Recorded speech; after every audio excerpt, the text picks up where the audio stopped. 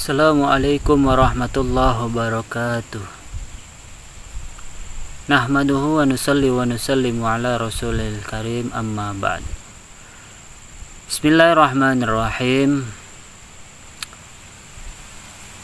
Kita membahas tentang puasanya ibu hamil dan ibu yang menyusui. Kemarin sudah kita bahas di kitab Bajuri. Nah, saya ingin meringkaskan lagi bagaimana hukum dan tata cara puasanya bagi perempuan yang sedang hamil ataupun yang sedang menyusui.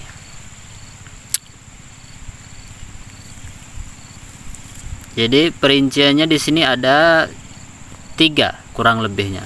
Secara global, secara keseluruhan, puasanya ibu hamil dan menyusui itu terbagi menjadi 3 tafsil, 3 perincian. Nah, bagaimana? Yang pertama, sebagaimana yang dijelaskan dalam kitab Takrib dan Bajuri dan kitab-kitab fikih yang lain, bahwasanya disebutkan ibu hamil dan menyusui jika, ini pembagian yang pertama, jika mereka khawatir terhadap dirinya sendiri, tidak khawatir terhadap anaknya, hanya khawatir kepada dirinya sendiri, maka mereka hanya wajib mengqadha puasa, tidak membayar kafaroh ataupun fidyah. Sebagian referensi itu sebutkan kafaroh, sebagian referensi disebutkan fidyah lafadznya. Itu yang pertama.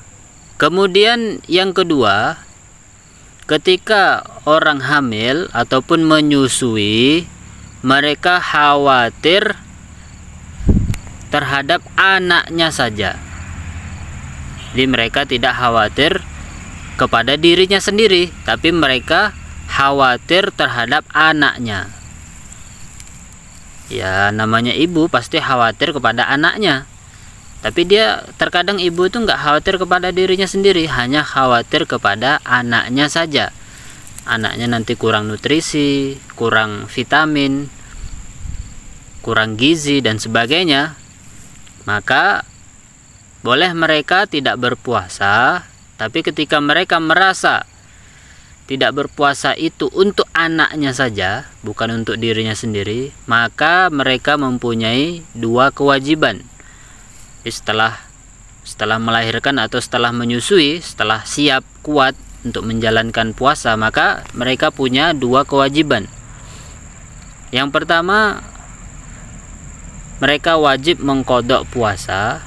Yang kedua, wajib membayar kafaroh atau fidyah. Nah, kafaroh ini setiap 1 hari 1 mud beras. Nah, 1 mud itu kurang lebih berapa? Kurang lebihnya 7 onan, 6, sekian, 6,7an, 6,75. Nah, itu kalau kita bulatkan ya jadinya 7 on lah. Setiap 1 hari 1 orang. Jadi kalau misalnya 30 hari mereka nggak puasa, berarti qadha 30 hari, kemudian bayar kafaroh, bayar fidyah. 7 on dikali 30 hari ya kurang lebihnya berapa? Kurang lebihnya 21 kilo. Ini untuk bayar kafaroh, jadi 2 kewajibannya.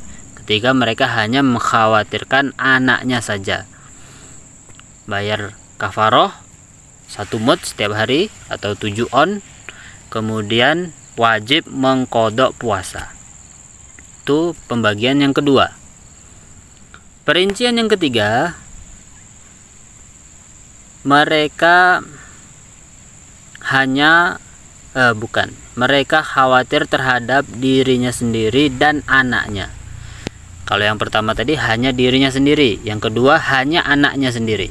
Nah, yang ketiga ini khawatir kepada dirinya sendiri mungkin nanti badannya jadi lemas, jadi sakit dan sebagainya.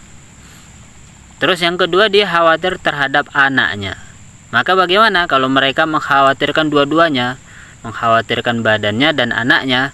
Kewajibannya hanya satu, yaitu mengqadha puasa saja. Ini nggak perlu membayar kafarah. Ini perincian-perinciannya.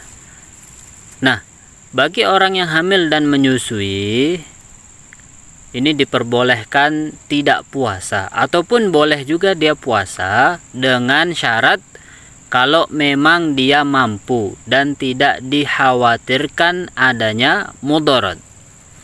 Karena Nabi bersabda, la dharara wa la dirara. Janganlah kalian ini termudarati diri kalian sendiri, ataupun janganlah kalian memudarati orang lain. Jadi jangan memudarati diri sendiri, jangan memudarati orang lain.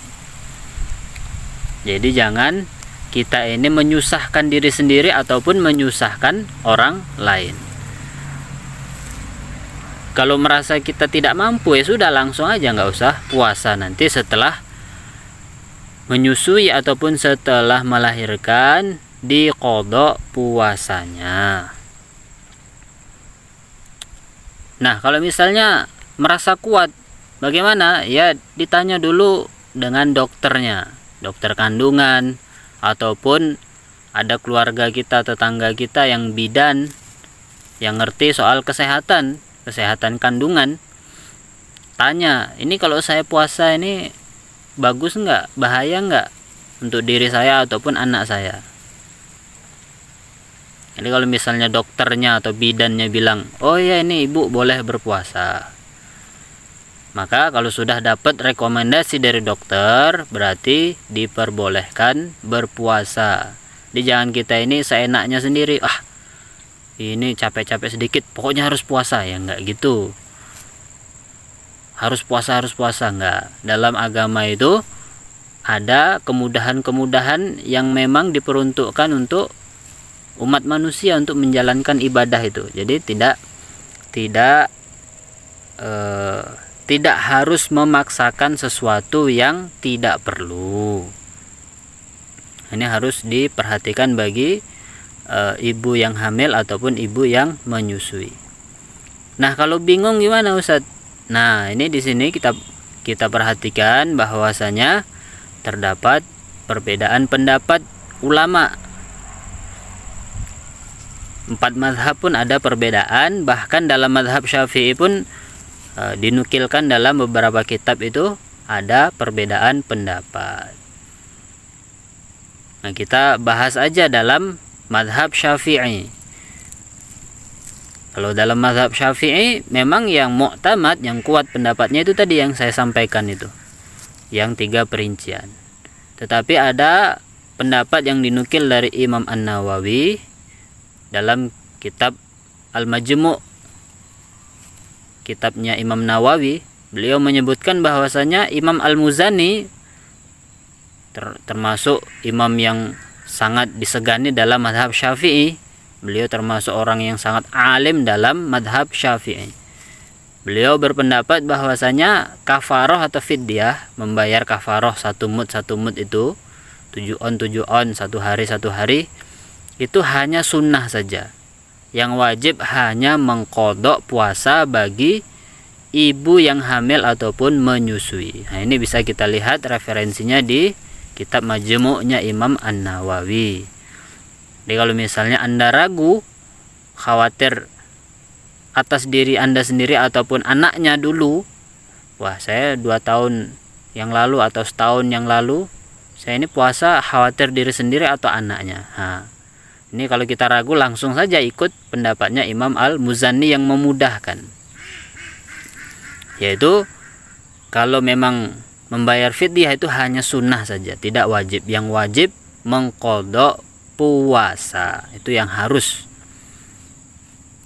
Jadi kafaroh mau dibayar silahkan, kalau enggak juga enggak apa-apa, karena hukumnya sunnah menurut Imam Al-Muzani. Yuridullahu bikumul yusra wa la yuridu bikumul usra. Allah itu menghendaki yang mudah-mudah untuk hambanya, dan Allah tidak menghendaki yang sulit-sulit untuk hambanya. Tapi yang memang yang muktamad itu yang saya sebutkan di awal tadi, 3 perincian itu yang lebih afdol untuk diamalkan.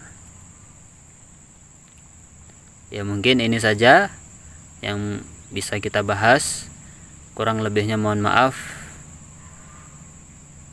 Assalamualaikum warahmatullahi wabarakatuh.